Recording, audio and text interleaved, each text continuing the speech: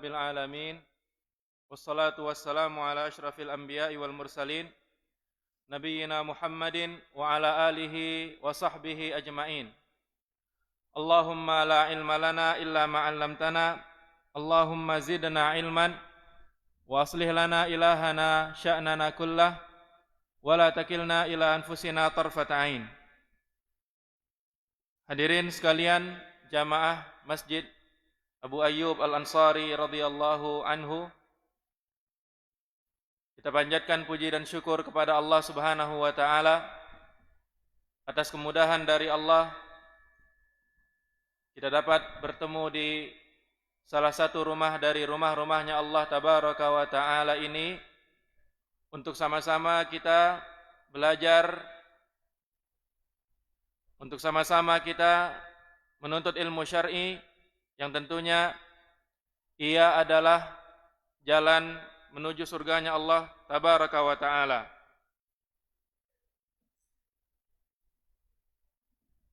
Tentunya pertemuan pertama kita pada Masjid Abi Ayyub Al-Ansari radhiyallahu anhu ini adalah pertemuan yang kita harapkan kepada Allah Subhanahu wa ta'ala agar ta'ala yang bertemu karena Allah dan berpisah karena Allah.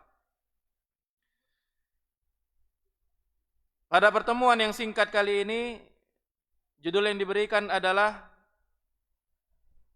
Berjuang sampai akhir. Berjuang sampai akhir. Hal ini adalah tentang agama seseorang hingga akhir kehidupannya, di mana hendaknya seseorang teguh, jangan sampai tergelincir di ujung. Hadirin sekalian rahimani wa rahimakumullahu jami'an, pembahasan ini adalah pembahasan yang cukup berat sebenarnya, karena kita tidak ada yang tahu bagaimana kesudahan kita. Karena kita tidak ada yang tahu bagaimana akhir kehidupan kita. Tentunya kita semua berharap bahwa Allah Subhanahu wa ta'ala, atau agar Allah Subhanahu wa ta'ala menutup kehidupan kita adalah dengan penutupan yang baik, husnul khatimah. Namun tentunya perjuangan sampai akhir, bagaimana agar kita dapat teguh dan kokoh sampai akhir kehidupan di atas agama Allah Subhanahu wa ta'ala, tentunya memiliki pembahasan-pembahasan, tentunya menuntut dari kita selain selalu meminta dan memohon keteguhan kepada Allah Subhanahu wa ta'ala, menuntut dari kita untuk berupaya, untuk berjuang, untuk selalu berupaya berjuang sekuat mungkin. Hadirin sekalian yang semoga selalu dirahmati oleh Allah Tabaraka wa ta'ala. Ikhwan wal akhwat, al-aba wal ummahat, segenap saudara-saudari yang semoga selalu dimudahkan oleh Allah Tabaraka wa ta'ala langkahnya di dalam menuju kebaikan, di dalam menginginkan keridhaan Allah Tabaraka wa ta'ala. Jika kita melihat permisalan di dalam Al-Quranul Karim tentang arti keteguhan dan kekokohan, maka kita akan dapati Allah Subhanahu wa ta'ala telah mempermisalkan keteguhan itu dan kekokohan itu dengan akar pohon. Allah memisalkan keteguhan, kekokohan, tidak goyah itu dengan akar pohon. Allah berfirman di dalam surah Ibrahim ayat ke-24, Alam tara kaifa daraballahu mathalan kalimatan tayyibah kasyajaratin tayyibatin asluha thabit wa far'uha fis sama. Di sini Allah menyatakan asluha thabit, akar pohon yang kuat, yang kokoh.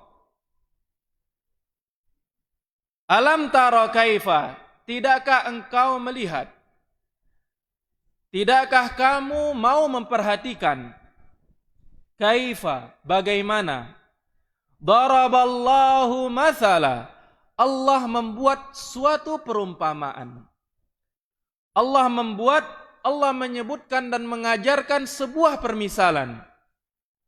Kalimatan tayyibah, tentang kalimat tayyibah.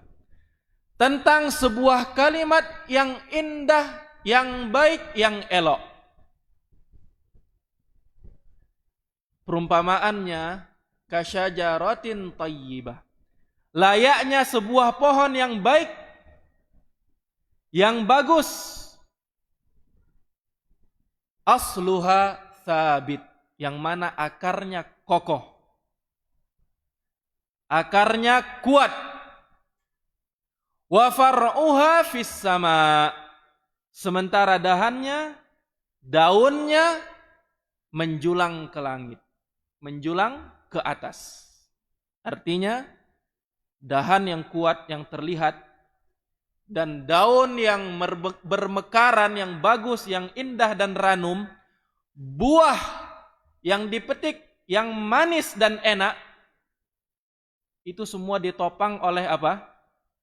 Akar yang kuat, yang kokoh.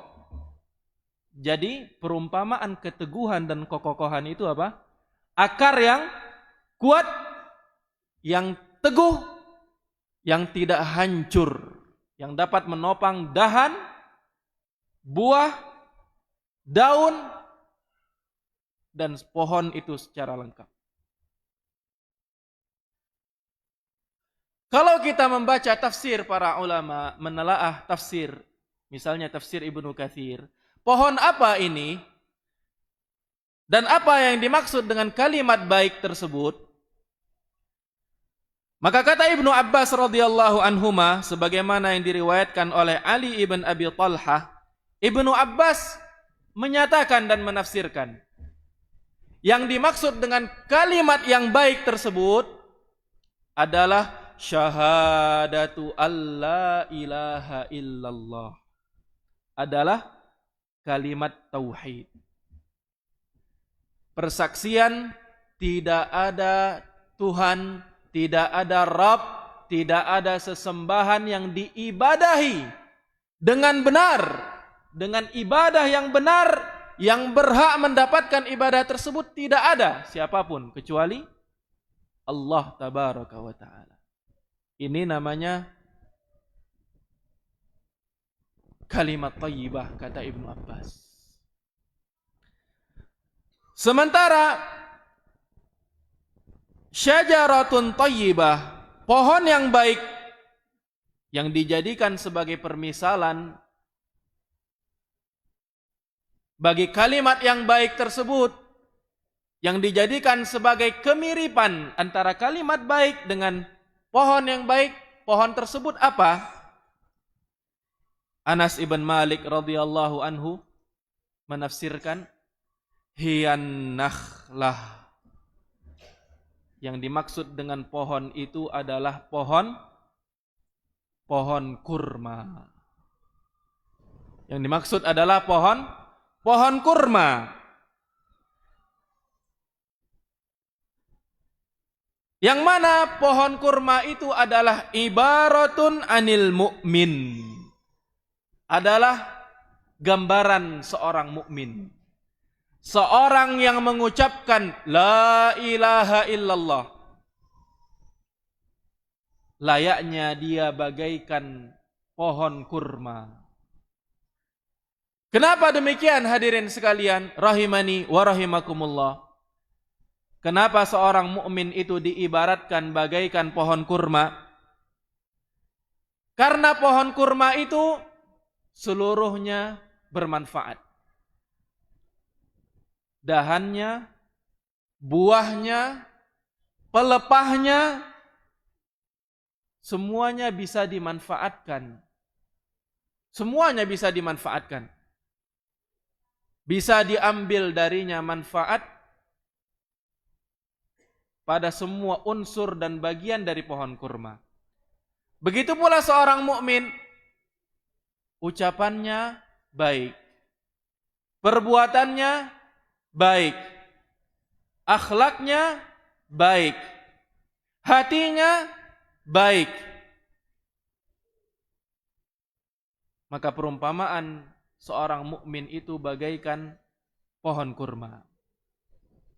Hadirin sekalian rahimani wa rahimakumullahu jami'an. Maka di sini diumpamakan arti sebuah keteguhan, arti sebuah kekokohan dengan akar pohon. Dan ditafsirkan pohon tersebut adalah pohon kurma. Maka kita akan timbul pertanyaan, bagaimana cara atau langkah agar kita dapat terus berjuang, agar kita terus kokoh dan teguh di atas agama Allah tabaraka wa taala. Maka di sini perlu kita ketahui bahwasanya ketika Allah Subhanahu wa taala menyebutkan perumpamaan di dalam Al-Qur'an, maka penyebutan yang Allah sebutkan tidak bisa kita lewatkan begitu saja. Sebab ia memiliki makna yang begitu dalam. Ia memiliki tafsir yang begitu bermakna. Karena firman Allah tabaraka wa ta'ala adalah perkataan yang paling jujur dan perkataan yang paling indah. Waman asdaqu minallahi qila, waman asdaqu minallahi haditha. Tidak ada yang lebih jujur, yang lebih benar daripada firman Allah, daripada apa yang Allah Subhanahu wa taala katakan, daripada apa yang Allah Subhanahu wa taala firmankan. Maka sekarang mari kita memperhatikan tentang sebuah pohon yang Allah sebutkan sebagai perumpamaan. Bahwasanya pohon itu la buddalaha min uruqin wa sakin wa furu'in wa auraqin wa thamar. Tidaklah sebuah pohon dikatakan pohon kecuali pohon itu pasti memiliki uruqin, memiliki yang namanya akar, memiliki bagian-bagian terkecil, partikel-partikel kecil di dalam pohon tersebut, memiliki dahan, memiliki ranting, memiliki daun, dan ada buahnya. Ini pohon. Maka demikian pula pohon keimanan. Kalau kita ingin teguh dan kokoh, agar sekiranya perjuangan yang kita lakukan bermakna dan benar hingga akhir hayat, iman itu juga layaknya pohon. Apa akarnya? Apa dahannya? Apa rantingnya dan apa buahnya? Maka perlu kita ketahui, iman itu mesti didasari oleh ilmu dan yakin. Kemudian juga yakin. Yakin. Kita yakin, kita pupuk keyakinan tersebut di dalam hati. Ibnu Taimiyah rahimahullahu mengatakan, bis sabri wal yaqini tunalul imamatu fid din. Menghiasi diri dengan sabar dan yakin, maka seseorang mendapatkan imamah di dalam agama. Maka seseorang mendapatkan tempat yang mulia di dalam agama. Sebagaimana yang Allah firmankan di dalam surah As-Sajdah, وَجَعَلْنَاهُمْ أَئِمَّةً يَهْدُونَ بِأَمْرِنَا لَمَّا صَبَرُوا وَكَانُوا بِآيَاتِنَا يُوقِنُونَ. Dan kami jadikan mereka sebagai pemimpin-pemimpin, sebagai orang-orang yang terdepan, orang-orang yang dimuliakan, yang mulia di sisi Allah Tabaraka wa Ta'ala, yang mereka mendapatkan petunjuk dengan petunjuk dari kami. Apa sebabnya? Lamma sabaru, ketika mereka sabar. Wa kanu bi ayatina yuqinun, dan mereka yakin terhadap ayat-ayat kami. Yakin. Oleh karena itu para ulama menyimpulkan cara menghadapi syahwat, fitnah syahwat, fitnah hawa nafsu syahwat, keinginan-keinginan yang buruk, keinginan-keinginan yang sifatnya syahwat adalah dengan sabar. Sabar bahwasanya apa yang Allah Subhanahu wa Ta'ala persiapkan jauh lebih indah. Sabar bahwasanya apa yang Allah Subhanahu wa Ta'ala janjikan jauh lebih enak dan lezat daripada syahwat yang terlarang, yang dikerjakan, yang kesenangannya hanya sementara waktu. Sementara fitnah syubuhat, kerancuan-kerancuan di dalam pemikiran, kerancuan-kerancuan terhadap akidah, keyakinan, kerancuan-kerancuan terhadap amalan, itu dilawan, dihadang dengan yakin, dengan keyakinan. Yakin apa yang Allah dan Rasulnya ajarkan itulah kebenaran. Tidak ada yang lebih benar daripada qala Allah wa qala Rasulullah. Apa yang Allah katakan dan apa yang Rasul katakan. Yakin apa yang Allah sebutkan di dalam Al-Quranul Karim itu pasti. Itu janji-janji yang benar. Surga dan neraka itu benar. Hari akhir itu benar. Siksaan dan nikmat itu benar. Alam kubur, alam barzakh itu benar. Begitu pula hadis-hadis Rasulullah sallallahu alaihi wasallam. Bagaimana Rasulullah sallallahu alaihi wasallam mengisahkan kepada kita perkara-perkara gaib tentang umat-umat terdahulu dan tentang prahara-prahara di kemudian hari dan tentang hari akhir, tentang surga dan neraka. Bagaimana Rasulullah sallallahu alaihi wasallam menceritakan itu semua. Bagaimana ketika roh mukmin itu dicabut, kemudian dia diterbangkan dan menghadap ke atas langit, lalu dibukakan. Lalu dikatakan oleh penduduk langit, selamat datang wahai roh yang baik, wahai arwah yang baik. Sementara roh orang yang kafir, arwah orang yang ingkar kepada Allah dan Rasulnya, yang durhaka kepada perintah Allah dan Rasulnya, bagaimana ia ditolak. Hadirin sekalian rahimani wa rahimakumullahu jami'an. Kemudian saku hal ikhlas. Pohon keimanan itu dahannya adalah keikhlasan. Wa ma umiru illa liya'budullaha mukhlishina lahud-din hunafa wa yuqimus salata wa yu'tuz zakata wa dzalika dinul qayyimah.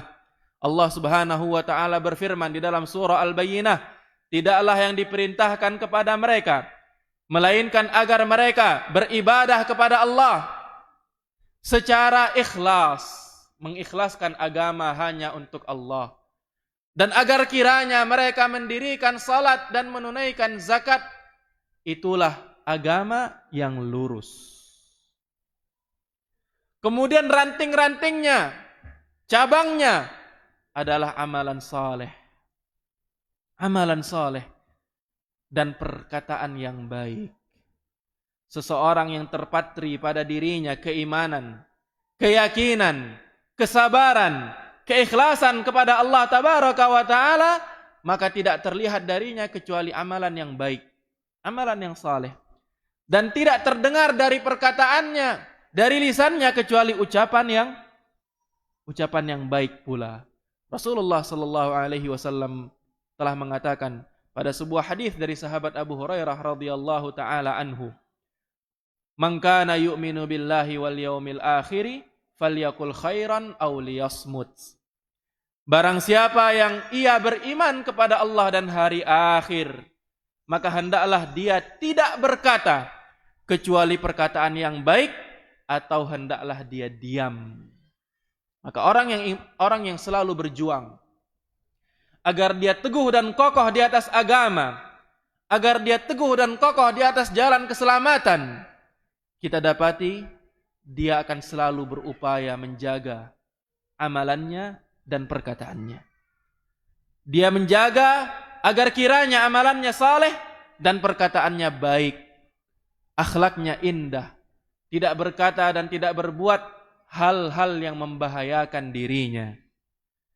Kemudian apa buahnya? Wa thamaruha al-atharul hamidah wal akhlaqul karimah was samtul hasan. Pohon keimanan tersebut memiliki buah. Apa buahnya? Buahnya adalah peninggalan-peninggalan yang dia dipuji dan disanjung. Si fulan telah pergi, tetapi dia telah meninggalkan sekian kebaikan di tengah-tengah masyarakatnya. Si fulan telah tiada, namun kebaikan-kebaikannya masih terasa. Kita hari ini tidak pernah berjumpa dengan Abu Bakar As-Siddiq, tidak pernah bertemu dengan Umar Al-Faruq, tidak pernah bersalaman dengan Uthman ibn Affan, tidak pernah melihat Ali ibn Abi Thalib. Kita juga tidak pernah bertemu dengan 10 para sahabat selain 4 tadi yang mendapatkan kabar gembira masuk surga. Kita tidak pernah bertemu dengan Muhajirin dan Ansar. Kita tidak pernah menyalami orang-orang yang membaiat Nabi, baiatur Ridwan. Kita tidak pernah menjumpai mereka, para tabi'in, para atba'ut tabi'in. Kita tidak pernah bertemu dengan Imam Abu Hanifah, Imam Malik ibn Anas, Imam Asy-Syafi'i, Imam Ahmad ibn Hanbal, Imam Bukhari dan Imam Muslim.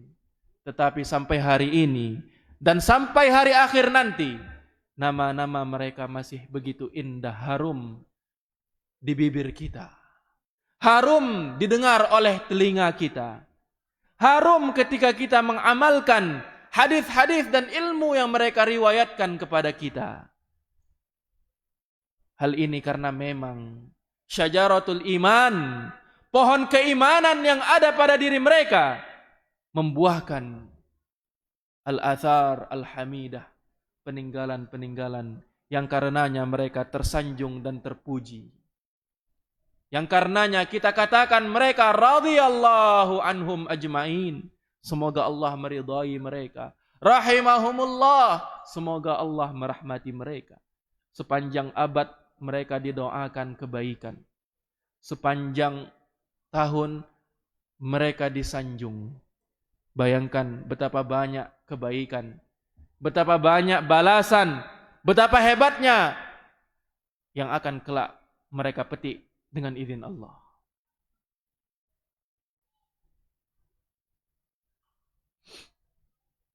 Hadirin sekalian rahimani wa rahimakumullahu jami'an.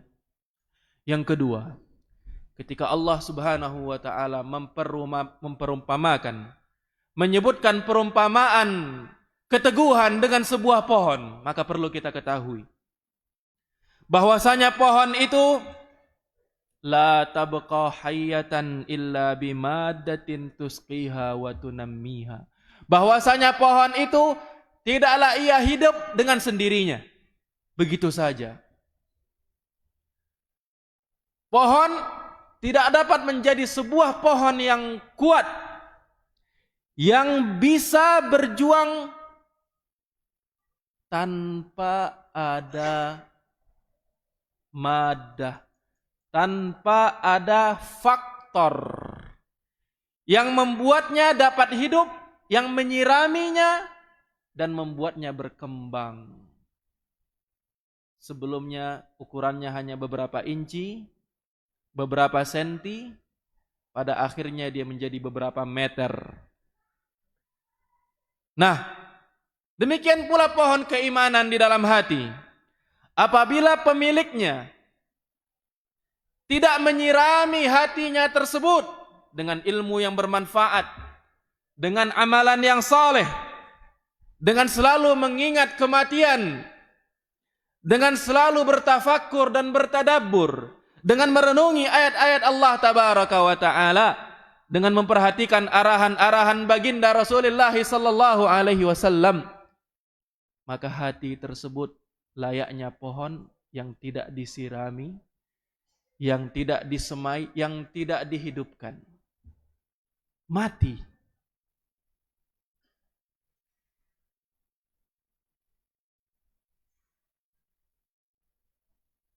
Oleh karena itu, merupakan perkara yang sangat penting untuk diperhatikan oleh seorang hamba, bahwasanya dia selalu dalam keadaan darurat. Darurat. Dalam keadaan darurat, memohon kepada Allah tabaraka wa ta'ala hidayah.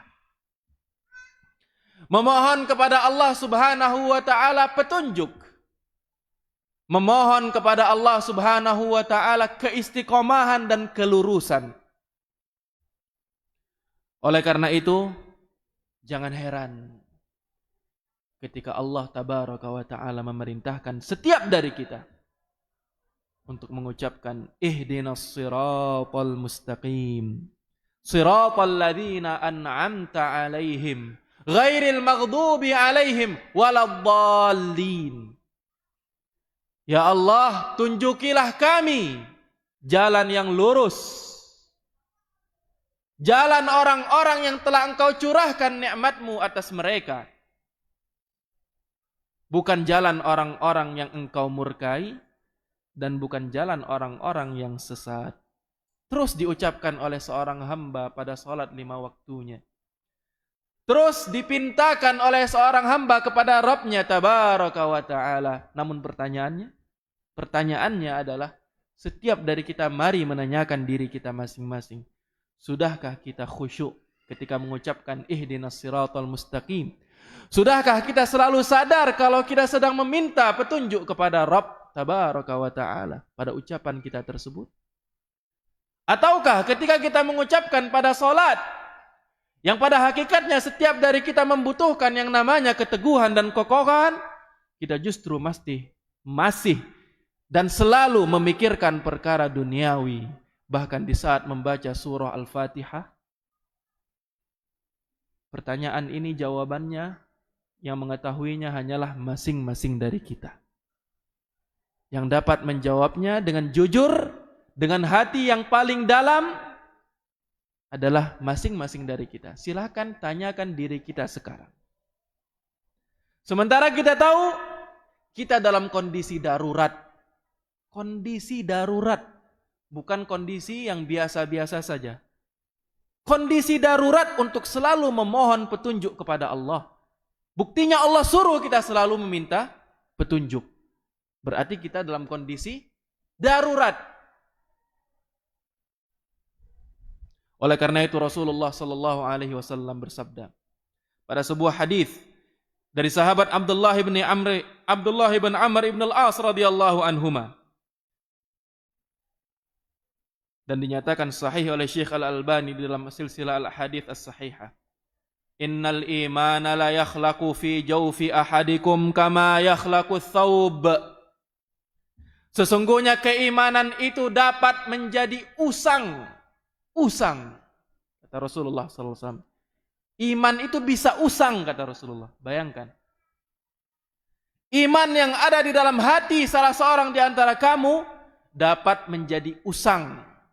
Beliau perumpamakan supaya kita semakin faham apa arti usang itu.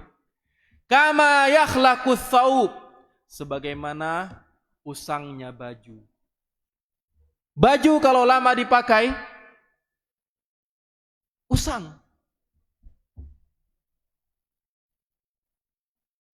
Fas'alullaha ayyujaddidal imana fi qulubikum. Lantas, apa solusinya wahai Rasulullah?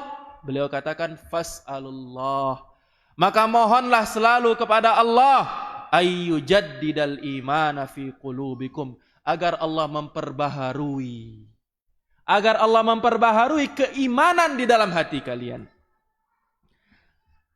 Maka layaknya pohon yang selalu disiram dengan ilmu yang bermanfaat, hati kita pun perlu disiram dengan amalan yang soleh, bergaul dan berteman dengan kumpulan teman-teman yang baik.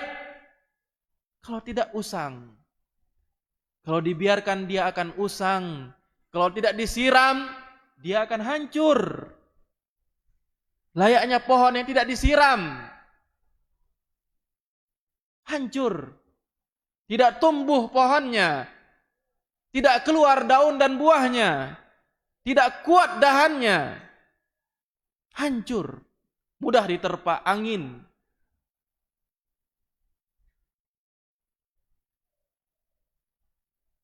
Kemudian yang ketiga,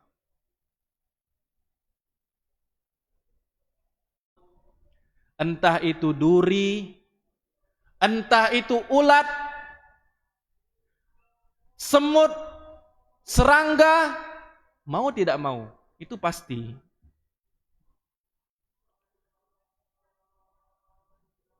Adzan dulu, Pak.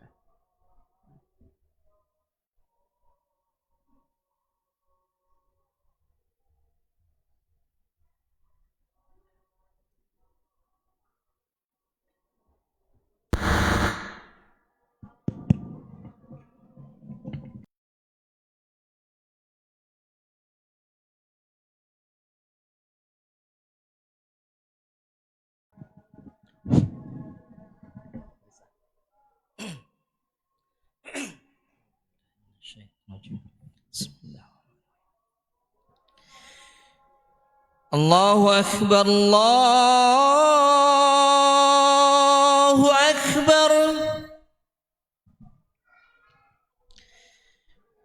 Allahu Akbar, Allahu Akbar. Ini mantap dong. Asyhadu an la ilaha illallah.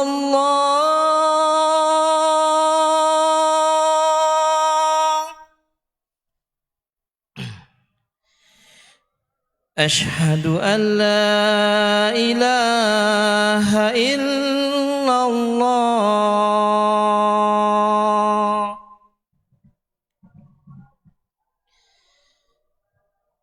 Asyhadu anna Muhammadar Rasulullah.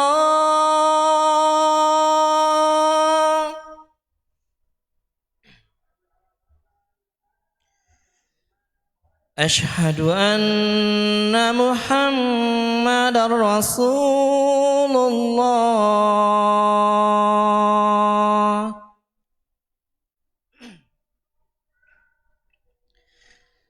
Hayya 'alas shalah.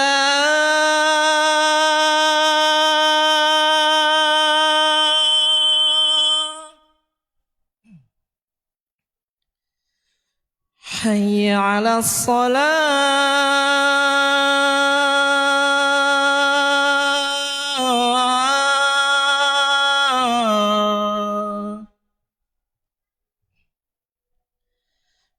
Hayya 'alal falah.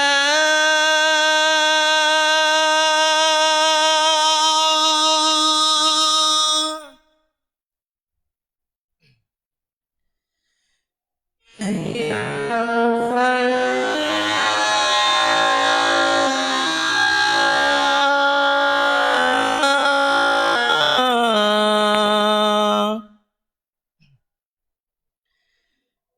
Allahu Akbar, Allahu Akbar. La ilaha illallah.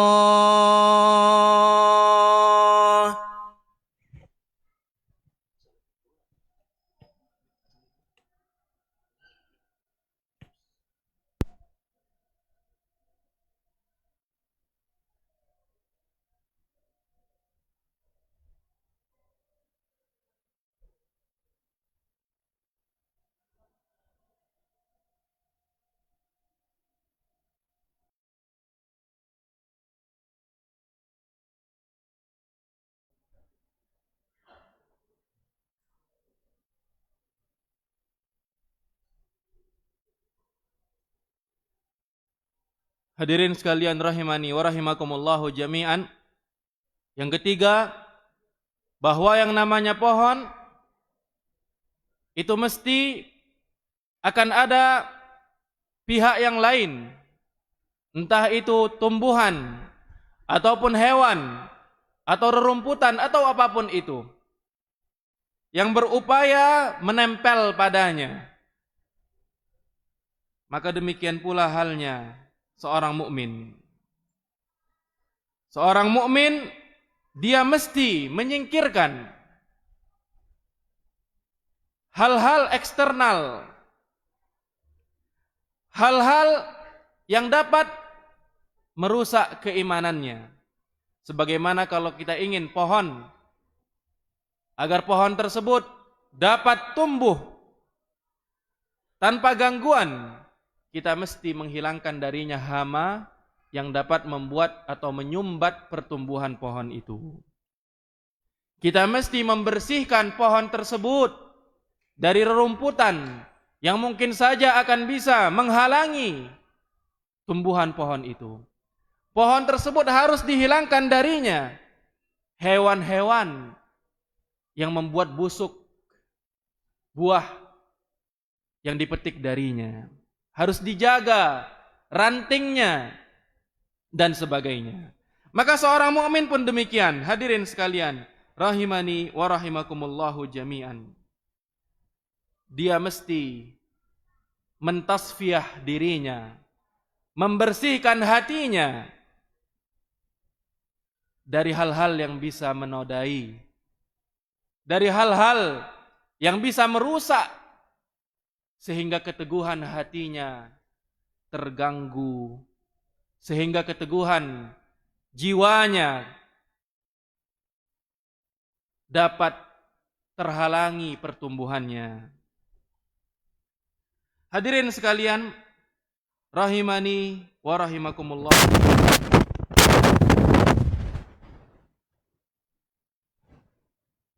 Sesuai dengan judul kita, berjuang sampai akhir, ada sebuah pembahasan yang amat berat, yaitu teguh dan kokoh ketika menghadapi kematian. Ini keadaan yang luar biasa ini. Keadaan yang sangat rentan seseorang tidak kokoh dan teguh. Mungkin kita sudah tahu bagaimana kisah paman Nabi Abu Thalib yang sepanjang hidupnya menolong dan membantu dakwah keponakannya, dakwah Nabi Muhammad sallallahu alaihi wasallam.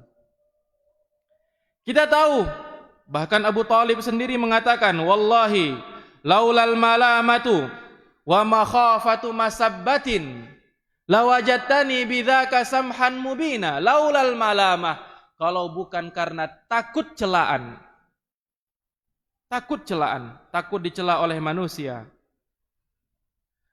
niscaya engkau akan dapati aku terhadap agamamu wahai Muhammad menerimanya dan berlapang dada. Kenapa? Laqad alimtu anna dina Muhammadin min khairi adyanil bariyati dina. Karena aku tahu, kata Abu Thalib, bukan tidak tahu, tahu agama Muhammad itu sebaik-baik agama manusia. Bayangkan. Tapi dia tidak mau memeluk agama Islam. Kenapa? Takut dicela. Oleh karena itu, teguh saat menghadapi kematian, teguh ketika menghadapi sakaratul maut, ketika malakul maut, malaikat pencabut nyawa datang. Ini bukan perkara yang sembarangan. Ini adalah perkara yang tentunya kita mohon selalu kepada Allah Subhanahu wa taala, agar kiranya Allah Subhanahu wa taala memberikan kepada kita husnul khatimah, sehingga kita finish di garis yang benar, Ditutup usia kita di akhir yang indah. Ketika menghembuskan nafas terakhir, yang kita ucapkan adalah la ilaha illallah. Tidak ada sesembahan yang diibadahi dengan benar kecuali Allah. Kita teringat dengan sebuah hadis yang diriwayatkan oleh Ibnu Mas'ud radhiyallahu anhu. Rasulullah sallallahu alaihi wasallam bersabda, "Innar rajula la ya'malu bi amali ahlil jannah hatta ma yakuna bainahu wa bainaha illa dhira' fayasbiqu alaihi alkitabu fayamalu bi amali ahlin nari fayadkhulaha wa innar rajula la ya'malu bi amali ahlin nar hatta ma yakuna bainahu wa bainaha illa dhira' fayasbiqu alaihi alkitabu fayadkhulaha." Sesungguhnya ada seseorang yang dia teramat baik, amalannya adalah amalan penduduk surga, sampai-sampai jarak dia dengan surga itu hanya tinggal satu hasta. Ini satu hasta, dari ujung siku ini sampai ujung jari tengah ini, satu hasta. Sangat dekat sekali. Ternyata sudah sedekat itu, di penghujung kehidupannya, dia melakukan perbuatan penduduk neraka.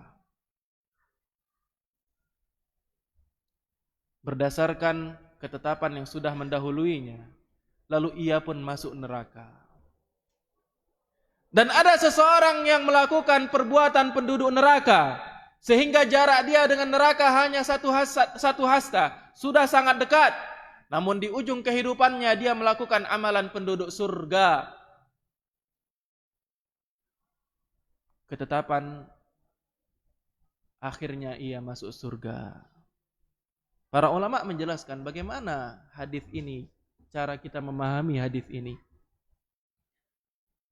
Bagaimana cara kita memahami hadis ini? Seseorang yang setiap harinya beramal soleh, tapi pada akhirnya su'ul khatimah.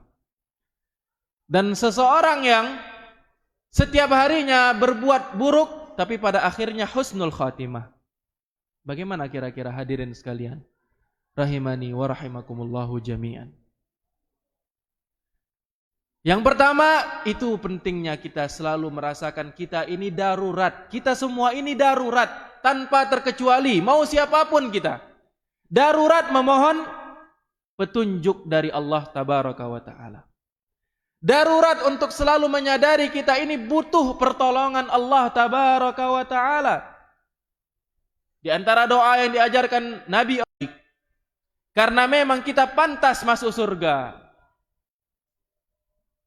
Tidak, kalau bukan petunjuk dari Allah tabaraka wa ta'ala, kalau bukan hidayah dari Allah, maka niscaya kita tidak akan mendapatkannya. Para sahabat dahulu yang mereka berjuang dengan darah, dengan harta, meninggalkan keluarga, disiksa, diancam, dibunuh. Apa yang mereka katakan? Wallahi laulallahu mahtadaina. Demi Allah, kalau bukan Allah yang memberi petunjuk kepada kami tidak menjadi orang-orang yang mendapat petunjuk. Itu para sahabat yang sudah sedemikian rupa amalan kebajikan yang mereka lakukan, perbuatan baik yang mereka kerjakan. Lantas kita ini siapa?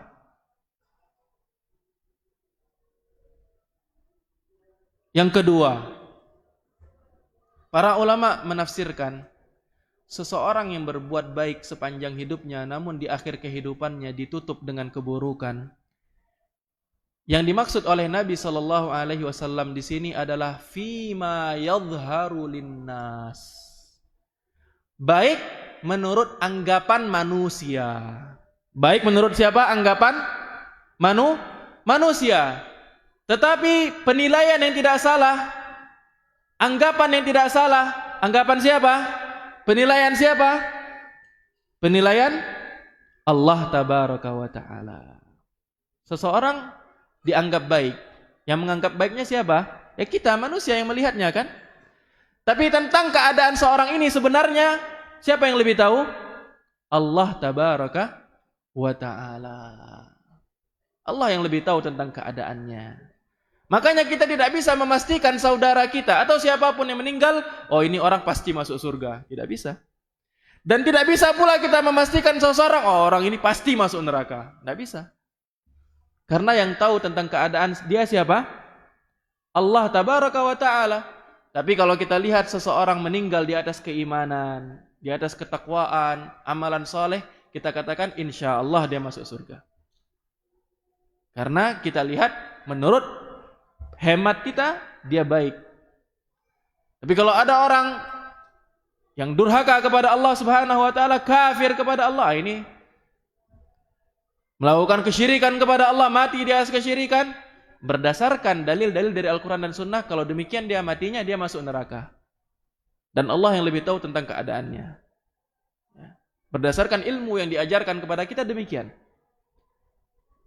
Demikian para ulama menafsirkan hadis tersebut. Oleh karena itu hadirin sekalian, rahimani wa rahimakumullahu jami'an, hendaknya kita selalu berhusnudzan kepada Allah tabaraka wa ta'ala. Dan ini juga termasuk di antara faktor agar kita selalu teguh, agar kita selalu memasang prasangka yang baik terhadap Allah tabaraka wa ta'ala, yaitu kita harus selalu berharap kepada Allah Subhanahu wa taala dengan harapan-harapan yang baik, agar selalu berupaya semangat di dalam mengerjakan amalan soleh, agar selalu berupaya memupuk amalan soleh tersebut dengan keikhlasan kepada Allah, berupaya semaksimal mungkin agar semua amalan yang kita kerjakan adalah untuk Allah tabaraka wa taala dan sesuai dengan tuntunan Rasulullah sallallahu alaihi wasallam. Maka keteguhan dan kekokohan, tidak ada ibarat dan perumpamaan yang lebih hebat selain perumpamaan yang telah Allah buat dan jelaskan. Bagaikan akar pohon. Dan pohon itu, sebagaimana yang sudah kita ketahui bersama tadi, perlu selalu disirami. Perlu untuk dihindarkan dari hama. Perlu untuk dijaga. Begitu pula keteguhan di dalam hati. Pohon keimanan yang kita bina harus dilengkapi dengan amalan soleh, dengan keikhlasan, dengan kesabaran, sehingga muncullah darinya buah yang indah. Sehingga dengannya harus pula kita berakhlak dengan akhlak yang mulia. Tidak terucap dari lisan dan bibir kita kecuali hal-hal yang baik pula. Tidak berperangai kecuali dengan akhlakul karimah. Tujuan kita apa? Yang terus kuat berjuang hingga akhir. Yang terus kuat berjuang sampai titik penghabisan, yang terus dimampukan oleh Allah, karena la haula wala quwata illa billah, kita tidak memiliki kemampuan, kita tidak memiliki daya dan kekuatan kalau bukan Allah yang berikan. Maka kita memohon kepada Allah, kita termasuk para pejuang sampai akhir hayat, kita diberikan oleh Allah memiliki usaha, memiliki kekuatan yang dengannya kita sampai ketika malakul maut mencabut nyawa, tidaklah nyawa kita dicabut kecuali dalam keadaan Allah ridha kepada kita. Subhanakallahumma bihamdika asyhadu an la ilaha illa anta astaghfiruka wa atubu ilaik. Wassalamualaikum warahmatullahi wabarakatuh.